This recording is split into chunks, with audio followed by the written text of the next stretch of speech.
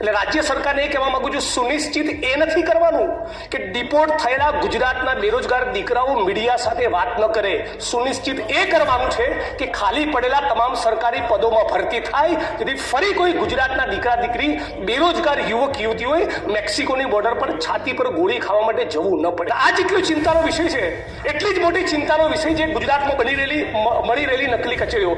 માનનીય અમિતભાઈએ બહુ વિગતવાર વાત કરેલી, પણ એટલું કહેવા માંગુ છું કે ગુજરાતની વિધાનસભાનું મકાન બન્યું ત્યારની ઘડીને આજનો દિવસ બીજા કોઈ મુખ્યમંત્રી નથી જેના મુગટ ઉપર નકલી કચેરી રૂપિયા આટલા મોર પિંચ લાગેલા હોય, સિવાય કે મૃદુ અને મક્કમ માનની ભૂપેન્દ્રભાઈ. નકલી પીઆઈ, નકલી ડીવાયએસપી, નકલી સીઆઈ વિભાગ, નકલી જજ, નકલી અદાલત, આ બાજુથી નકલી વકીલ દલીલ કરે, આ બાજુથી વકીલ દલીલ કરે અને કોર્ટ ઓર્ડર પાસ કરે છે. બધું ધુપ્પલ, બધું નકલી. દક્ષિણની ફિલ્મોમાં જે હંબક ના હોય ને એવું ગુજરાતની સરકારને તંત્રમાં ચાલી રહ્યું છે. આટલી બધી નકલી કચેરીઓ બાદ રાજ્યની સરકાર એવું કમિટમેન્ટ આપવા માંગે છે ગુજરાતની 6.5 કરોડ 7 કરોડ જનતાને કે જેટલી પણ નકલી કચેરીઓ પકડાઈ એ તમામના કસૂરવાર, એમાં નેતા હોય કે અધિકારી હોય, 1 વર્ષમાં બધાની ટ્રાયલ પૂરી કરીને બધાને સાબરમતી સેન્ટ્રલ જેલના સળિયા પાછળ ધકેલીશું. આવી કોઈ પ્રતિબદ્ધ રાજ્યની સરકારની છે? શું રાજ્યના મહામહિમ રાજ્યપાલ આ સ્પીચમાં આ વિશે એક શબ્દ બોલ્યા છે?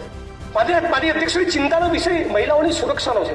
આપ કદાચ એક કિસ્સો જાણતા હશો. સંતરામપુરના બોયડિયા ગામની દલિત સમાજની એક દીકરી પર 10 દિવસ સુધી જુદા જુદા ફાર્મ હાઉસમાં રેપ થયો, ગેંગરેપ. અને દીકરી પોતાના લોહીથી ભીના કપડા સાથે સંતરામપુર પોલીસ સ્ટેશનમાં જાય છે, ગેંગરેપની એફઆઈઆર કરાવે છે. અને જ્યારે ખબર પડે છે કે એક રાજકીય પક્ષના 3 આગેવાનોના એ ફરિયાદમાં નામ છે અને એમના સુધી જ્યારે મેસેજ પહોંચી જાય છે ત્યારે શું બને છે? એ રાજકીય પક્ષના લોકો પોતાની મહિલા વિંગની બહેનોને સંતરામપુર પોલીસ સ્ટેશન મોકલી સંતરામપુર પોલીસ સ્ટેશનમાં ગેંગરેપની દાખલ થયેલી ફરિયાદ અને દીકરીના આ પ્રકરણ સબબ જે સ્ટેશન ડાયરીમાં નોંધ કરવામાં આવી એ એફઆઈઆરનું પાનું, સ્ટેશન ડાયરીનું પાનું ફાડી નાખે છે.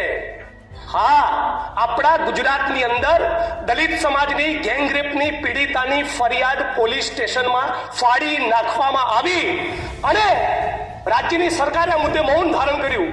શું કર્યું સરકારે? સરકારે એવું કર્યું કે ખાતાકી તપાસ આપી સચિન બાદશાહ નામના ડીએસપીને, અને મહાન આપણા એ આઈપીએસ અધિકારીએ શું કર્યું? એફઆઈઆર, ગેંગરેપની એફઆઈઆર ફાડી નાખનારા એએસઆઈ અને પીએસઆઈની સામે ગુનો દાખલ કરવાના બદલે ખાતાકી તપાસને ફેરવીને 2 ઇન્ક્રીમેન્ટ રોકીને 3000નો દંડ ફટકાર્યો. આ છે ગુજરાતમાં સ્ત્રીઓનું સન્માન. અને એટલે રાજ્ય સરકારને કહેવા માંગુ છું, માનનીય અધ્યક્ષશ્રી, રાજ્ય સરકારને એટલું કહેવા માંગુ છું કે આ વિધાનસભા 27 માર્ચના દિવસે પતે અને એનો સૂર્યાસ્ત થાય ત્યાં સુધી ભાજપના નેતા જે બળાત્કારના આરોપી છે ગજેન્દ્રસિંહ પરમાર, એની ધરપકડ કરીને બતાવે.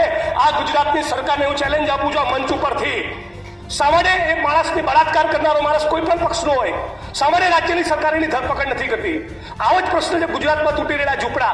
અંબાજીમાં કોરિડોર બને, કોઈ જ વાંધો નથી, પણ રાતે 6:30-7 વાગ્યા પછી સૂર્યાસ્ત બાદ સુપ્રીમ કોર્ટની ગાઈડલાઈન મુજબ ઝૂંપડા ના તૂટી શકે, છતાં ગોમતીપુરમાં તોડ્યા, જુહાપુરામાં તોડ્યા, વટામણામાં દેવી પૂજક સમાજના ઝૂંપડા તોડવાના છે, માલધારી સમાજના ટુકડા તૂટી રહ્યા છે. અમદાવાદના અડવની અંદર ઝૂંપડા તૂટે, મકાન કોઈ પણ માણસનું તૂટે તેને વૈકલ્પિક વ્યવસ્થા આપવી પડે. ધારો કે ગુજરાતના કોઈ વિસ્તારમાં 22 લોકોના ઘર તૂટવાનું હોય તો સરકાર 22 મકાનો પહેલા એડવાન્સમાં કેમ રેડી નથી કરતી?